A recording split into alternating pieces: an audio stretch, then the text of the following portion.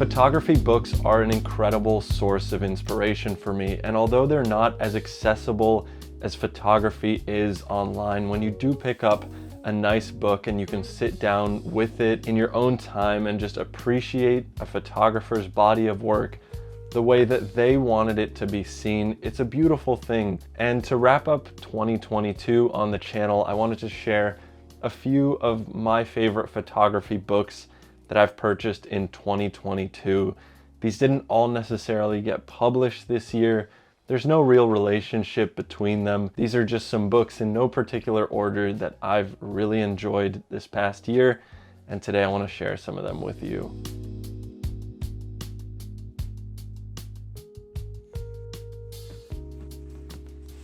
The first book is a photographer's work who has immensely inspired me over the past year here in Los Angeles. I even bought this book used, and still it was quite expensive, but I have just drawn so much inspiration from this project in particular that it's been worth it for me, I think. This is Manifest Destiny by John Humble.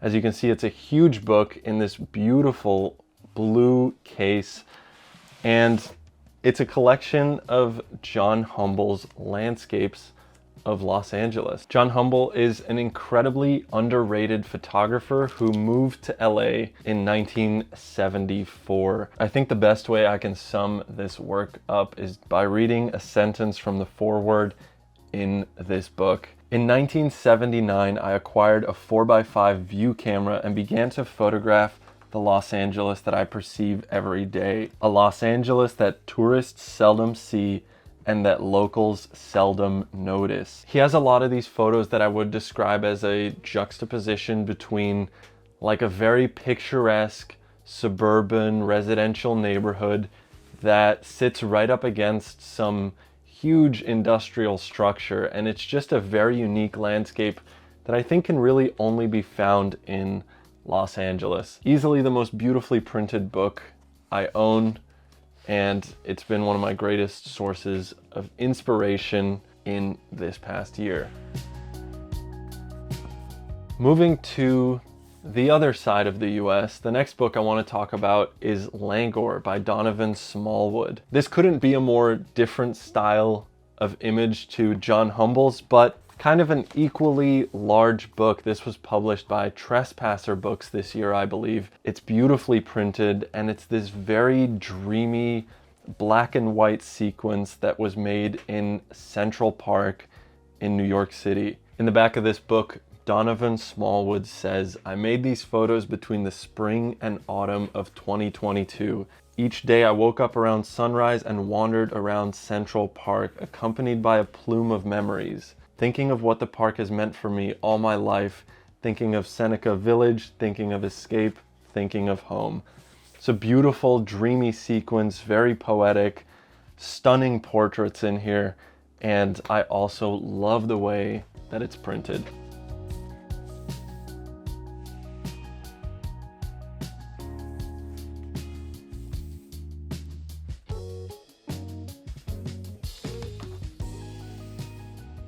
This has certainly been my favorite black and white book that I picked up this year. A very beautiful book, honored to own this one and add it to the collection. This next book is actually published by some friends of mine. They recently launched a new publishing company called Aliens in Residence. And the first book they published is Lunch Poems by Leia Francis. You might know her from her first book or her Instagram, American Squares, which I talked about on the channel a few years ago, I think. And this new book specifically is these beautiful square photos of American diners in what seems like majority Pennsylvania and New Jersey. I love the title of this book, Lunch Poems, and it's such a beautiful and thorough document of diners on the East Coast. The cover of the book, if you fold it all the way out, is this gorgeous sort of table scene with a coaster and a cup of coffee. And it's very nostalgic for me, having grown up amongst these diners in New York and New Jersey.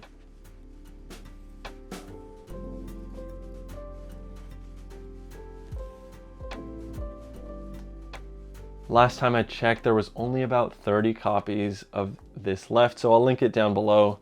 Beautiful book, highly recommend it. And if not, check out some of Leia's other work because she has a ton of amazing images just like these. The next book I might be a little bit biased about because I do have an image of mine. This book is called Investigations in Infrastructure. It's a curated book of a ton of different photographers' work by Noah Waldeck. There is 165, to be exact, photographers featured in this book, and it's an amazing curation, very simply, of infrastructure photos from around the world.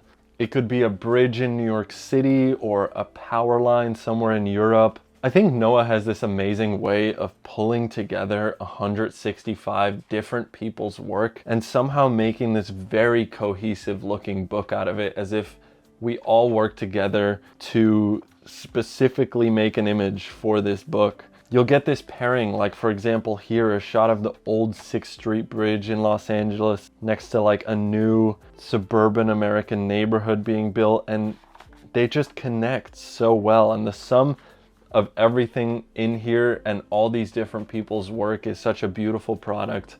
Highly recommend this book, especially seeing 165 different people's work for the price of one is quite cool. My image in here specifically is one I made of a beach house in New Jersey many years ago, and it's actually really similar to the image that's on the cover of On the Sunny Side of the Street.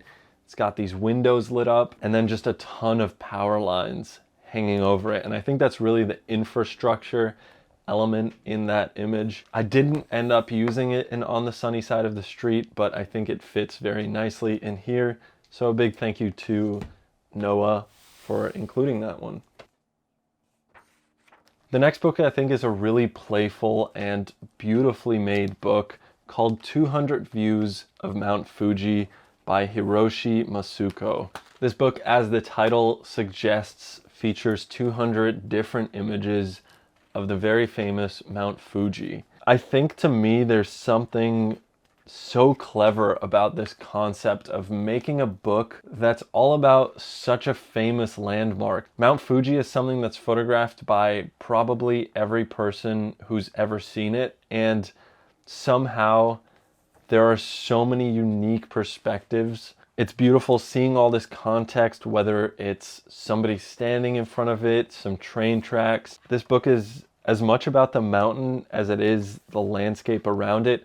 And it is really interesting seeing such a thorough document of the landscape around such a famous landmark, especially because everybody who photographs Mount Fuji is trying to avoid all these things that he's capturing, like the roads in front of it, the power lines, the people standing in front of it. It's the kind of things that every tourist is trying to frame out, and here it adds so much value to the work. Really beautiful book. I'll link it in the description along with all the other books mentioned in this video. This next book is made by a close friend of mine. This is A Letter from June by Roman Spataro, and I want to talk about this book for two reasons. Firstly, because I really like the work in here, and secondly, because it's just such a beautifully made project, but we'll get into that in a second. A Letter from June to me is this very wholesome project that feels like a peaceful evening walk through the countryside of Pennsylvania. It's these beautiful observations of nature and light in a very quiet Pennsylvania landscape. What I love about this book is that it's a small edition. There is only 32 copies of this book made, and I think that's because there's 32 images in here, and every book comes with an original darkroom print that makes up the body of work, which I think is super beautiful.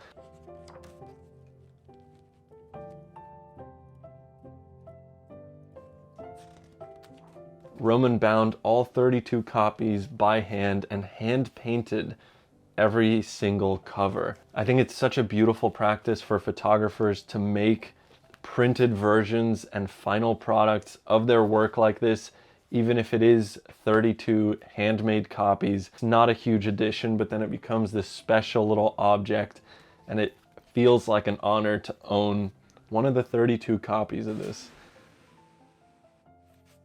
One last book to show you, and that is Sun by Christopher Anderson. The book is about his son Atlas. You don't need to know more than that. They're incredible photos, just stunning light in these images. And Christopher Anderson has a way of combining landscapes with these portraits of his family that is just so poetic and beautiful. And rather than trying to explain this one, I'm just going to show it to you because it speaks for itself.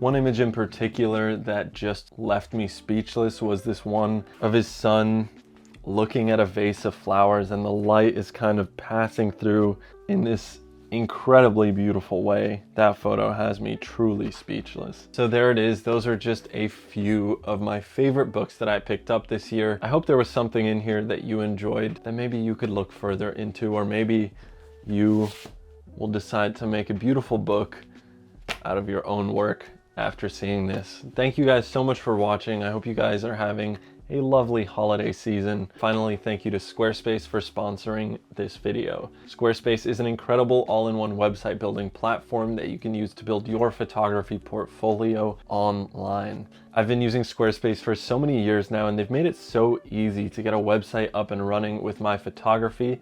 So if that sounds like something you're interested in, you can hit the link in my description for a 14-day free trial of Squarespace. When you're ready to launch, go to squarespace.com/Willem for 10% off your first purchase of a website or a domain. I don't know in what order I'll upload any of my videos, but this might be my last one of the year, so thank you so much for watching, and I'll see you next year with another video. Peace.